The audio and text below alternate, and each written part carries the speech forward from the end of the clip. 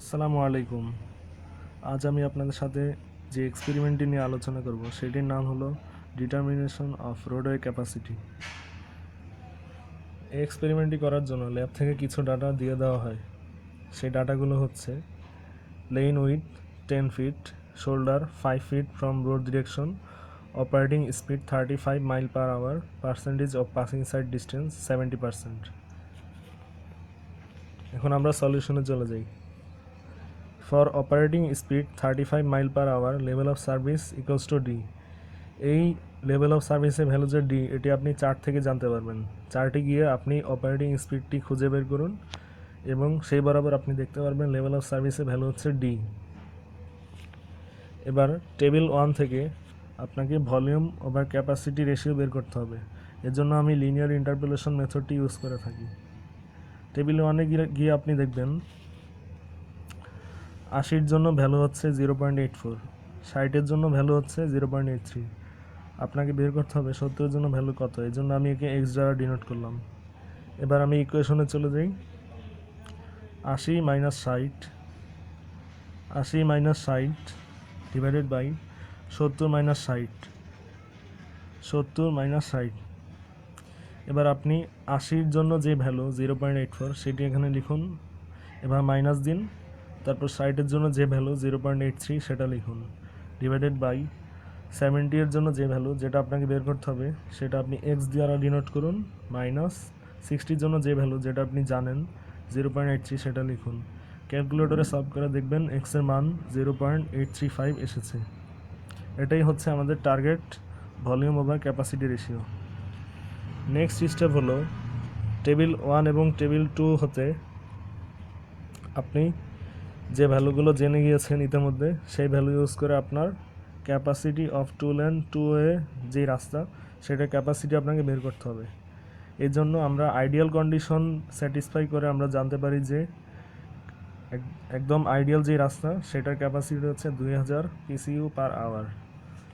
এবার আপনি 2000কে আপনার এই ফ্যাক্টর দ্বারা গুণ করুন, তাহলে আপনাকে যেই ডাটাগুলো দেওয়া আছে সেই ডাটা অনুযায়ী যে রোডের ক্যাপাসিটি সেটা আপনি জেনে যাবেন, 1670 ভেহিকল পার আওয়ার। এবার নেক্সট স্টেপ হলো capacity reduction factor for 10 feet lane width. আপনার লেন উইথ দেওয়া আছে 10 ফিট। এখন আপনি চার্ট থেকে জানতে পারবেন 10 ফিট লেন উইথের জন্য আপনার রিডাকশন ফ্যাক্টর হবে 0.81। সেই চার্টটি হলো টেবিল 3। চলুন আপনাদের টেবিল 3-তে নিয়ে যাই।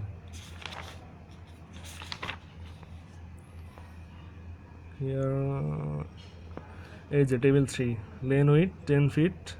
যেহেতু আমাদের রাস্তাটা 2 লেন রোডওয়ে সেহেতু এটার ভ্যালু হবে 81% অর 0.81। নেক্সট স্টেপ হলো টেবিল 3 হতে capacity reduction factor for 10 feet lane উইথের জন্য এটা তো আলোচনা করা হয়েছে। আমাদের নেক্সট স্টেপ হলো capacity reduction factor for 5 feet shoulder by linear interpolation.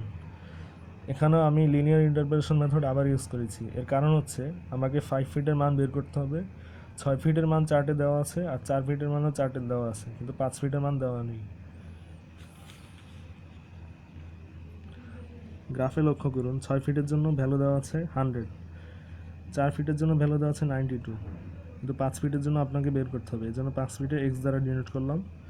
Equation হবে 6 minus 4 divided by 5 minus 4, 100 minus 92, X minus 92, এক্সের ভ্যালু